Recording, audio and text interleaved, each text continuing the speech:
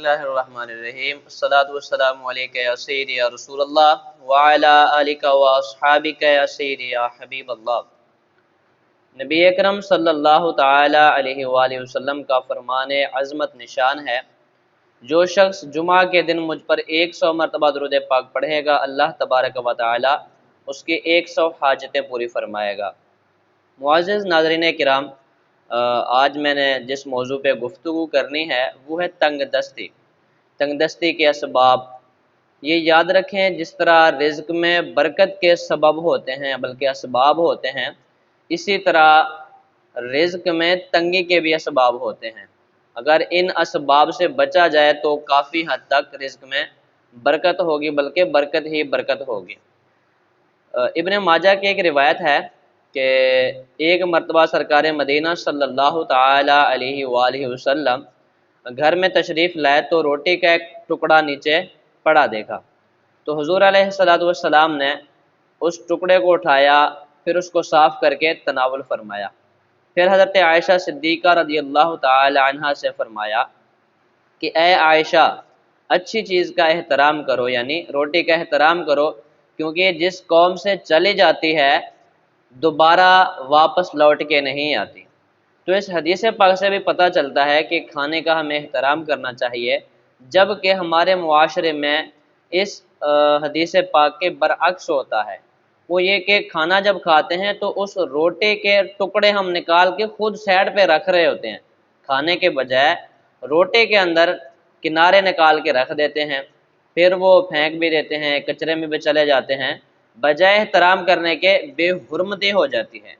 एक ये भी बहुत बड़ा सबब है रिज़्क़ में बेबरकती का कि हम खाने का एहतराम नहीं करते, अल्लाह ताला का शुक्र अदा नहीं करते। इसके अलावा दावत इस्लामी का बाकायदा तौर पे एक रिसाला है तंगदस्ती के असबाब, तो इस रिसाले को अगर पढ़ा जाए तो भी बहुत फ़ायदा होगा। चंद असबाब मैं बयान कर देता हूँ। ये रिसाला आप अपने मकतबे से भी ख़रीद सकते हैं करीबी, और नेट पर भी ये रिसाला मौजूद है, आप PDF में इसको डाउनलोड भी कर सकते हैं। तो तंगदस्ती के असबाब: बग़ैर हाथ धोए खाना खाना और नंगे सर खाना खाना, अगर चारपाई पे बैठे हैं तो खुद सिरहाने की जानिब बैठना, और जो खाना है इसको पाँव की जानिब रखना, ये भी तंगदस्ती का एक सबब है।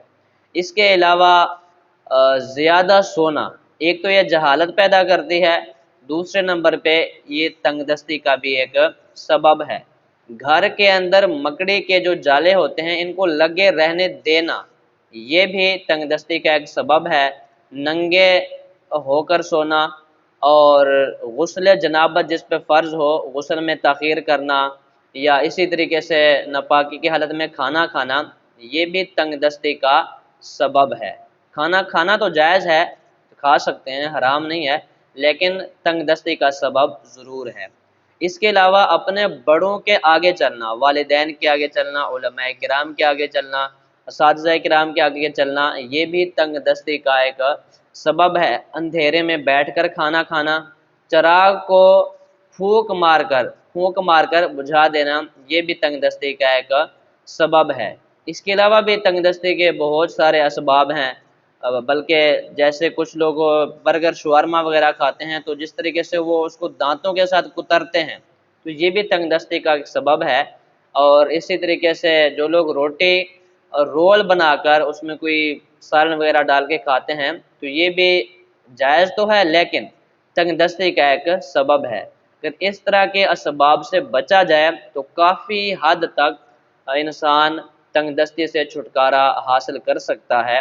इन असबाब पर गौर किया जाए तो इंशाअल्लाह ताला बहुत फ़ायदा होगा, और इंशाअल्लाह ताला रिज़्क़ में बरकत ही बरकत होगी।